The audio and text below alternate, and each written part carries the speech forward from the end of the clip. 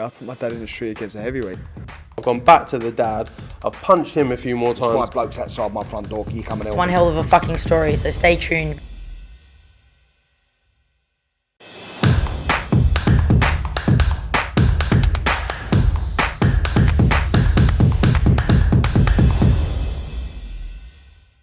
This is KUGAN CASSIUS for IFL TV, proudly sponsored by Everlast. Delighted to be joined by Mr. Gary Cully, who's sporting a very, I don't know, it looks orange, the beard from this.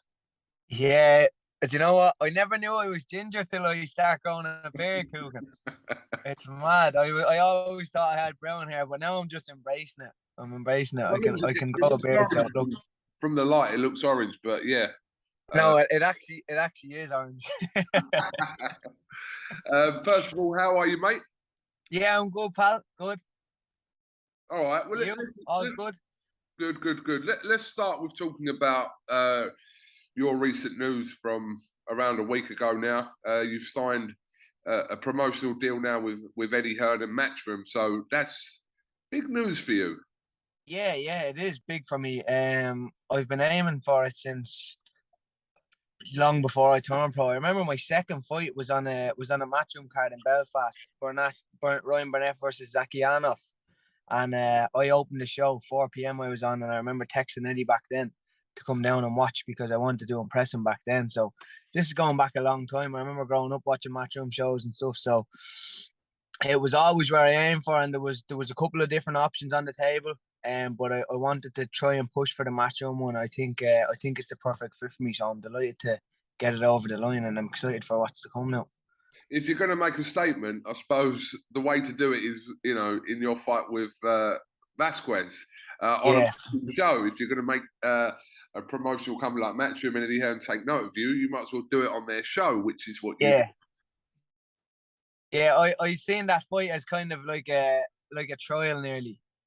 So I knew it was on Eddie's show. He's going to be watching, especially with the opponent Vasquez. He came over and gave Ritson problems, gave O'Hara problems. So I knew that people were going to expect him to test me and give me problems as well, which he did early on. But yeah, I seen that as a trial. So I wanted to put in a big performance and turn Eddie's head, and I think I did that. You're what, 26 right now? 26, yeah. 26. So age-wise, you've got it all in your favour. You've not even. I haven't even hit my prime yet. I haven't even hit my prime yet, KUGAN. Well, it's encouraging because, like I said, I think a lot of people that have kind of followed your career, and especially you've had a few notable wins over the last sort of 18 months to 2 years. So it's quite deservingly that you're going to get a shot now to kind of progress that even further. Yeah, I've seen a lot on social media, Twitter and Instagram, especially of well deserved, because I think I've been stepping up. I've been taking fights that have put to me. I've never turned down a fight. When I was 9-0, I was offered the Joe Fitzpatrick fight, 10-0 for the Irish title. Took that. Took Itochikov after he just came off the Maxi Hughes fight. Took him. He pushed Maxi Hughes to a hard points decision. I took that. I was inexperienced at the time. For Viral Simeon, who was in with some good guys as well, and then took the Vasquez fight. So I think I've been putting in big performances over the last couple of years, and now I'm just delighted that I'm on a platform now where people can see them. What's the plan? Obviously, when you signed this promotional agreement with Matchroom, I mean, what's the plan? What does Eddie Hearn kind of envisage the path for you over the next 12 months? I'm not sure. I haven't met Eddie just yet, but I think first of all, I'd like to just get back out as soon as possible. It was back in March since I fought Vasquez, but I think the way I envision it is obviously he's got Katie, who's Irish as well, but other than that, there's no other kind of Irish fighters that Eddie signed. Kevin obviously, he's Belfast. But my dream is to bring big fights back to Dublin. And I want to be the one to lead the way for this new generation of Irish talent that's coming through, and I think I can do that. I believe I'm the most talented fighter in Ireland at the minute, and I believe I can lead the way and bring big time boxing back to Dublin. We haven't had it since the Bernard Dunn days, so that's been my dream, and that's what I want to try and do with it. Well, we know some news with Katie Taylor's pending regarding her next fight, so I suppose, for your first fight again under the Matchroom banner. I know you fought on Matchroom shows, but your first fight, is that an ideal situation for when she fights for you to fight as well? Yeah, I think so. I think to build me with the Irish, obviously Katie's Irish, and the Irish market, the Irish contingent. And also just to get that experience of big nights with Katie. Katie brings the big crowd. She brings a lot of Irish over, and to gain that experience that I'm on them big shows and on them big cards. But yeah, for sure. And I think Katie dreams, and I think also Eddie of coming back to Croke Park in a big stadium fight next year as well. So a slot on that card as well would be ideal for me. Let's hope so. Obviously, from the weekend, the major talking point was Anthony Joshua's second consecutive loss to Alexander Usyk. Did you watch the fight, Gary? Yeah, I seen the fight. I did. I seen the fight. What did you think?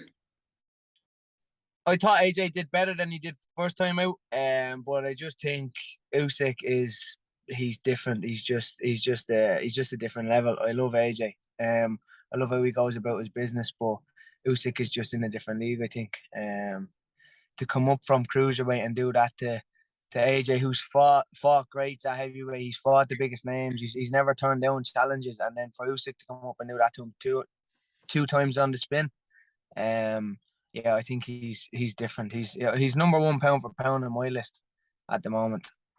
A lot of people obviously had their say over Anthony Joshua after the fight, even some more so than actually what happened in the fight. But after the fight, he had a couple of moments in there. Emotions were running very high.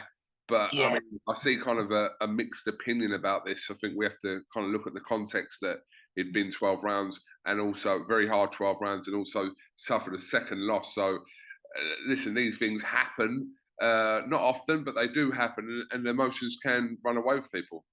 Look, people think fighters are robots or something. He'd just been through 12 rounds of fighting, getting punched in the head and lost. He put a lot into the last, I'm sure, 8 to 12 weeks, and a lot his whole life into boxing, or whatever age. I know he joined late, but the last couple of years, he's poured everything into boxing, and there's a lot on the line, KUGAN, you know what I mean? So for people on Twitter to just jump on, oh yeah, he reacted this way, he did this. It's a very emotional sport. You've just been fighting a guy for the past 12 rounds. He came out yesterday, he said he held his hands up, said he reacted in the wrong way, and he respected Usyk. But I don't think that, especially, I know on Saturday night, AJ actually came and took the mic, but I don't think fighters should be given the mic or should be let anywhere near a mic, especially after a loss, after fighting for 12 rounds and then the decision going against you. I think it's a bad idea to put a mic in your hands then as well.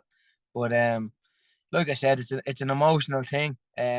He puts his life into boxing, and of course he's going to react in a certain way. I know he's inspired a lot of people, and he's got a lot of people looking up to him, and he needs to watch the way he carries himself. But look, it's an emotional thing, and I'm sure he'll come back and he'll learn from it. I mean, look, I think in regards to what you're talking about, I think those situations don't really happen a lot, you know. And I think in that moment where he's kind of come and got the mic, I think kind of the people in like that could have stopped him from having the mic are probably like a little bit bewildered to what he's going to do. Now we didn't get the mic, and he's kind of gone off on one. But I think I've seen some people say that his team should have stopped him from getting the mic, but nobody knew what he's going to say when he got the mic. That's easier said than done. Like I said, who's going to do that in that moment? Because he was very highly strung, very emotional. Who was really going to go up to him and say to him, AJ, come on, like you know, I don't really blame them for that, for not doing that, to be honest with you, because 100%. You know, 100%. It's a difficult situation. And like, do you want to be the person that kind of breaks that? You know, he had to get that out. Exactly. Yeah. Exactly. And look, it is what it is. People are saying he'll be remembered for the way he acted after. Look at all the he's beaten Klitschko, he's beaten White, he's had some massive wins.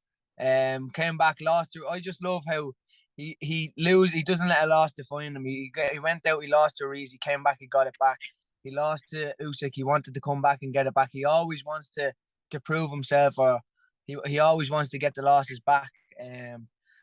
Look, like I said, it's very emotional. Obviously, sometimes you're gonna react in the wrong way, but it just so happens that AJ has thousands of eyes on him when he does it. And look, it is what it is. I don't see him as any different. I think he's an amazing role model. I think he's done so much for British boxing and for boxing in general. And I think he'll learn from it and come back and be a champion again as well, KUGAN. Because he's got that sort of mentality where he won't let it, like I said, he won't let it define him. So I see him coming back and being 3-time. Let's hope so. All right, well, listen, Gary, appreciate your time. We look forward to news of a fight date when you kind of make your matchroom debut again, sort of thing. That makes sense. Second, third matchroom debut or something like that, yeah. Something like that. But yeah, I'm here to stay. I'm here to stay now, KUGAN. That's the only thing. That's it.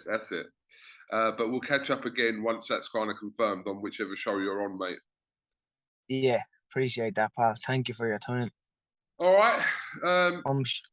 Keep that beard going, mate. And I'm gonna grow it out for camp, you know. So whatever, if it's maybe 8 or 10 weeks before my next fight, I'm gonna grow it out for the next 8 to 10 weeks. See where we're at then. That beard matches the hair of one of our good friends. Actually, it just reminded me of him there. But yeah. So, if he's watching, yeah. Yeah. Listen, Gary, thank you very much. And Say no more. Say no more. But we'll definitely catch up again soon, mate. Yeah. Appreciate it, Cougs. All right. Chat to you in a bit, bro. All right. Top man. Nice one, man. Yeah, I put my dad in the street against a heavyweight. I've gone back to the dad. I've punched him a few more There's times. 5 blokes outside my front door. Can you come and help One me? hell of a fucking story, so stay tuned.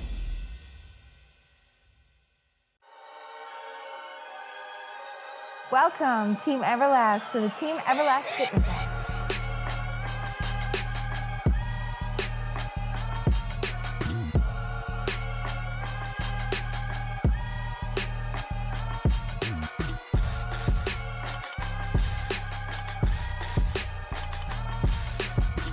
Download the Everlast Fitness app and find your greatness within.